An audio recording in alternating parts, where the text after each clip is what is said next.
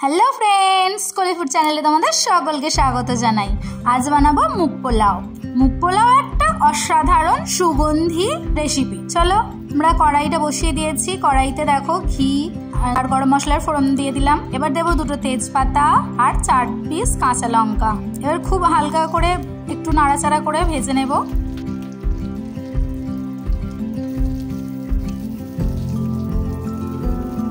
দেখো এবার আমি 1 কাপ মুগ ডাল নিয়েছি। মুগ ডালটাও ভালো করে নাড়াচাড়া করে ভেজে নেব। এবার দেখো আমি মুগ ডালের সঙ্গে দিয়ে দিচ্ছি গোবিন্দভোগ চাল, দিয়ে খুব ভালোভাবে ভেজে নেব। এবার দেব কারি পাতা, কাজু কিশমিশ সব দিয়ে খুব ভালোভাবে আবার ভেজে নেব আরো একটু। দেখো এবার আমি দিয়ে দিচ্ছি 2 বাটি জল। এই কাঁচের বাটিটা 2 বাটি জল দিয়ে দিচ্ছি।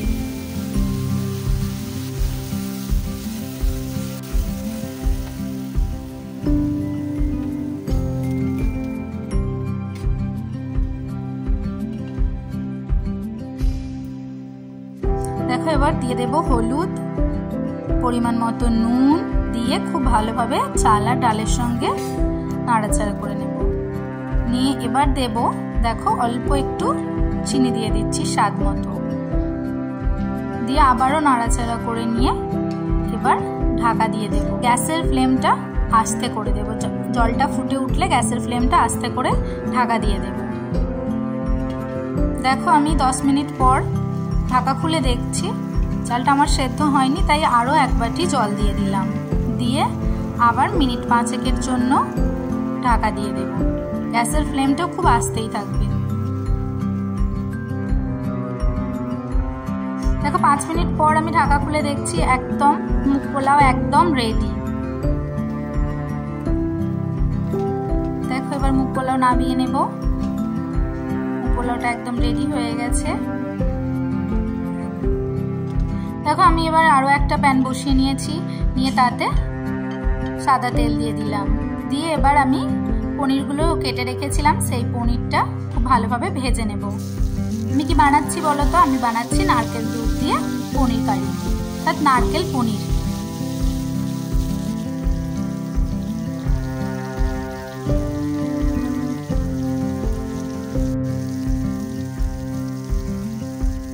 দেখো পনিরগুলো ভাজা হয়ে গেছে। এবার আমি পনিরগুলো তুলে নিচ্ছি। নিয়ে এবার ওই তেলেতেই আমি দিয়ে দেব সর্ষের ফোড়ন দিলাম।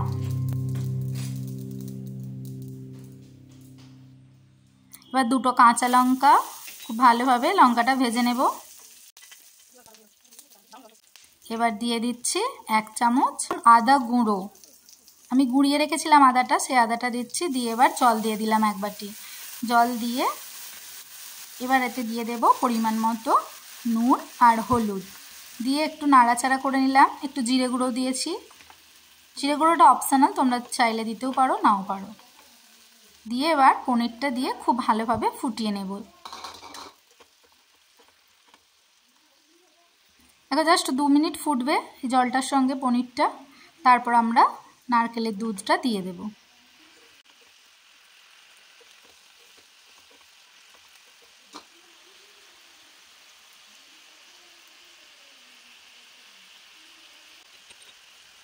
দেখো আমি দিলাম স্বাদ মতো চিনি। এবার দিয়ে দেব নারকেলের দুধটা, দিয়ে খুব ভালোভাবে জাস্ট 1 থেকে 2 মিনিট ফোটাবো, খুব বেশি ফোটানোর দরকার নেই। দেখতেই পাচ্ছ খুব ভালোভাবে ফুটে উঠেছে। এবার আমরা নামিয়ে নেব। দেখো একদম রেডি আমার নারকেল পনির। দেখো মুগ পোলাও আর নারকেল পনির একদম রেডি। ততক্ষণ আমি থালায় সার্ভ করছি। তোমরা ততক্ষণ আমার চ্যানেলটা লাইক ফলো শেয়ার করে দাও, কমেন্টে অবশ্যই জানাবে কেমন। দেখা হচ্ছে পরের ভিডিওয়ে।